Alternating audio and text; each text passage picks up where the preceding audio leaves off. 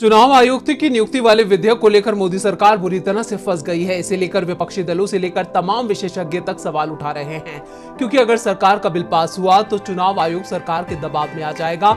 और अब चारों ओर से पड़ रहे दबाव के बीच मोदी सरकार ने बड़ा फैसला किया है। तो क्या है सरकार का फैसला, देखते हैं ये। आयुक्तों के दर्जे को घटाने और उनकी नियुक्ति वाले पैनल से सुप्रीम कोर्ट के मुख्य न्यायाधीश को हटाने वाले बिल से सरकार ने जिन 8 बिलों को संसद के विशेष सत्र में पेश करने की जानकारी सर्वदलीय बैठक में दी, उसमें चुनाव आयुक्तों की नियुक्ति में बदलाव करने वाला बिल शामिल नहीं है। दरअसल पहले ये चर्चा थी कि सरकार इस बिल को इसी सेशन में पेश करेगी, लेकिन अब सरकार चुनाव आयुक्तों की नियुक्ति में संशोधन वाले बिल में कुछ बदलाव करने को तैयार हो गई है।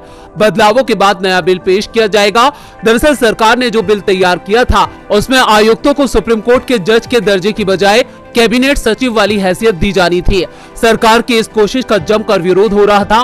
विपक्ष सरकार की नीयत पर सवाल उठा ही रहा था। इससे चुनाव आयोग की स्वायत्तता को खत्म करने की भी बड़ी कोशिश बताई जा रही थी। वहीं 9 पूर्व चुनाव आयुक्तों ने पीएम मोदी को खत लिखा था और इस बिल को रोकने की मांग की थी। नए बिल को लेकर सबसे बड़ा विरोध आयुक्तों की नियुक्ति पैनल से सीजेआई को हटाने को लेकर था।